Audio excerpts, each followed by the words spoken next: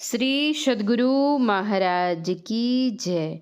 महर्षि संत सेवी प्रवचन पीयूष से। संत मत में सभी मत समाहित हैं। संतों का ज्ञान सदाचार समन्वित हो भगवत भजन करने का है। हमारे गुरुदेव कहा करते थे, पालन हो सदाचार ना, आचार में ही क्या। अगर सदाचार का पालन नहीं है तो बाह्य दिखलावा किस काम का। संतों के कहे अनुकूल अगर उनकी एक बात पर हम लोग दृढ़ हो जाएं तो विश्व का कल्याण हो जाएगा। संतगण पंच पापों से बचने के लिए कहते हैं, सबसे पहली बात है झूठ। यदि एक परिवार के सभी लोग आपस में झूठ बोलना छोड़ दें, सभी लोग परस्पर सत्य ही सत्य का व्यवहार करें, तो क्या उस परिवार में कला होगा? आपस में सबको एक दूसरे से प्रेम होगा। यदि एक समाज के सब लोग एक दूसरे से सत्य बोलना शुरू कर दें, आपस में झूठा व्यवहार न करें, तो क्या उस समाज में लड़ाई झगड़ा कुछ होगा? आपस में समाज के सभी लोग प्रेम से रहेंगे, मेल से रहेंगे। अगर एक देश के सभी लोग आपस में सत्य व्यवहार करने लग जाएं, तो क्या अत्याचार, अनाचार, दुराचार, व्यभिचार आदि कोई भी दुष्कर्म होगा? सदा शांति विराजती रहेगी। लोगों के मन में होगा कि हमें सत्य बोलना है। यदि कुकर्म करेंगे तो पूछने पर क्या उत्तर देंगे? नीचा देखना पड़ेगा। हमारे गुरुदेव कहते हैं, झूठ पाप का एक ऐसा बड़ा झोला है जिसमें सभी पाप समा जाते हैं। कितने भी पाप कर लिए, कह दिया मैंने नहीं किया, क्या हुआ? झूठ के झोले में सभी पाप समा गए। एक जगह मैं सत्संग प्रचार में गया था। वहाँ एक दीवार पर लिखा हुआ था, बाप रे बाप, झूठ सबसे बड़ा पाप। एक झूठ छोड़ दें, आपस में सबको मेल हो जाएगा। चोरी नहीं करें। किसी की चीज बिना पूछे ले लेना यह चोरी है। हमारा जो कर्तव्य है, उस कर्तव्य पालन में हम अपनी योग्यता के अनुकूल मनोयोग पूर्वक नहीं जुड़ जाते हैं, तन बल के साथ नहीं लग जाते हैं, तो यह भी चोरी है। हम नौकरी करते हैं, इतने घंटे हमको काम करना है, केवल घंटा ही पूरा करना नहीं है। मनोयोग पूर्वक उतने घंटे अगर आप काम करते हैं तो सत्य में बरतते हैं। गुरु महाराज कहते थे, जो मन से भजन नहीं करता, भजन करने में मन चुराता है, तो वह भी चोरी करता है। नशा सेवन से देश की कितनी बुरी हानि हो रही है, कहा नहीं जा सकता। बाहर के प्रायः सभी देशों का कर्जदार है भारत। भारत के प्रत्येक नागरिक कर्जदार हैं। फिर भी भारतवासी प्रतिदिन 11 करोड़ रुपए की सिगरेट पीता है। जो देश कर्जदार हो और 11 करोड़ रुपए की प्रतिदिन सिगरेट पीता हो, देश का दुर्भाग्य है। दुखद और लज्जास्पद बात है।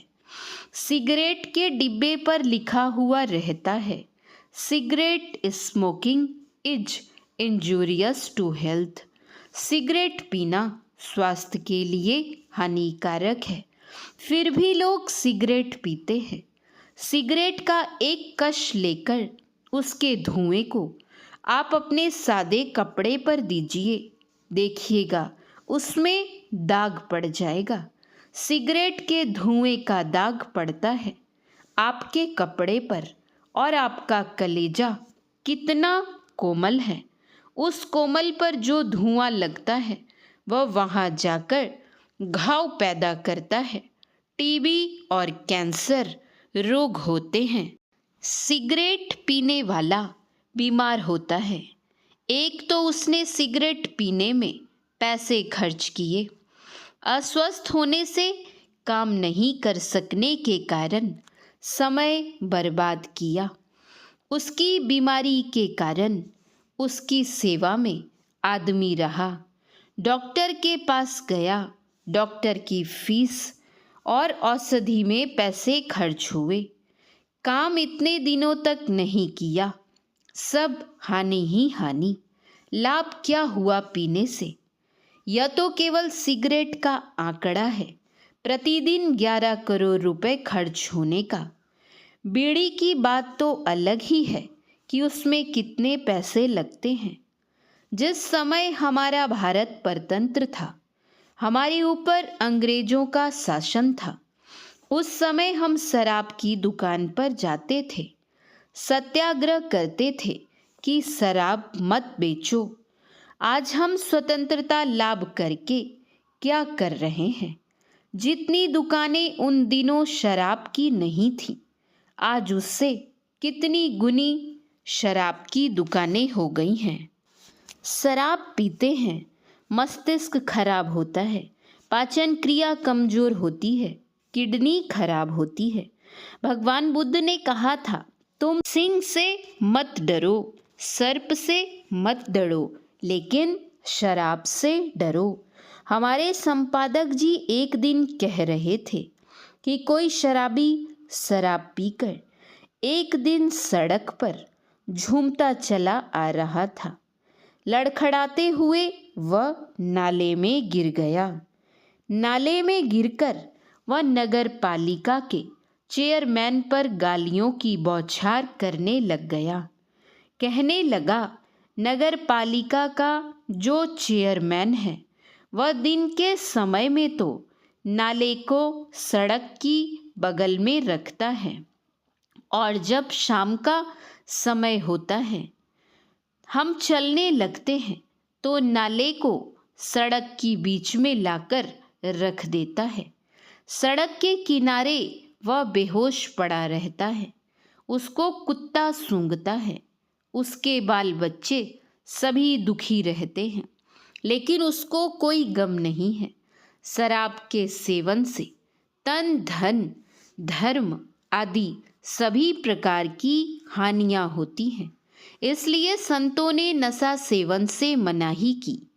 अगर शराब के पैसे, बीड़ी सिगरेट के पैसे जो प्रतिदिन खर्च होते हैं जमा किए जाएं, बीमारी के कारण जो काम की क्षति होती है तथा डॉक्टरों की फीस तथा दवाइयों में जो पैसे खर्च होते हैं, इन सब बातों पर यदि विवेक विलोचन से अवलोकन किया जाए तो देश की एक बहुत बड़ी सेवा होगी।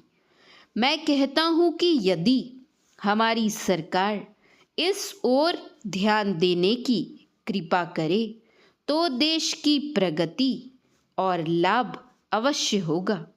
सभी संतों ने एक स्वर से झूठ, चोरी, नशा, हिंसा और व्यभिचार का वर्जन किया है। वैदिक ग्रंथों के अतिरिक्त इस्लाम और ईसाई धर्म में भी व्यभिचार की मनाही है। जो कोई झूठ बोलते हैं, चोरी करते हैं, नशीली चीज़ों का सेवन करते हैं, हिंसा करते हैं, तो वे अकेले पाप करते हैं, और जो व्यभिचार करते हैं वे दुगुने पाप के भागी बनते हैं, क्योंकि वे अपने तो बनते ही हैं, दूसरे को भी पापी बनाते हैं। कुरान शरीफ में है, जिनाकारी मत करो। मैंने बाइबल में पढ़ा 10 कमांडमेंट्स ऑफ गॉड, अर्थात ईश्वरीय 10 आज्ञाएं हैं। उनमें एक आज्ञा यह है, डू नॉट एडल्टरी, अर्थात व्यभिचार मत करो। हिंसा हम मन से भी करते हैं, वचन से भी करते हैं और कर्म से भी करते हैं। इन सब प्रकार की हिंसाओं से हम बचें। हिंसा के सिलसिले में मांस, मछली, अंडा आदि खाने की मनाही है। British health minister Mrs Curie का कहना है कि अंडे खाने से मौत होती है, अंडे के खाने से कैंसर होता है, अंडे के खाने से टीबी होता है, बच्चे को अंडे खिलाने से दाद, दिनाई, खुजली आदि सैकड़ों प्रकार के रोग होते हैं। श्री सद्गुरु महाराज की जय। महर्षि संत सेवी परमहंस जी महाराज का यह प्रवचन सुरसरी तट पर स्थित महर्षि मेही आश्रम, कुप्पा घाट, भागलपुर में सद्गुरु महर्षि मेही परमहंस जी महाराज की 112वीं जयंती के शुभ अवसर पर दिनांक 2/5/1996 ईस्वी को हुआ था। शांति संदेश जून 1996 ईस्वी। श्री सद्गुरु महाराज की जय। महर्षि संत सेवी परमहंस जी महाराज के प्रवचन का कुछ अंश पढ़ा गया है। श्री सद्गुरु महाराज की जय।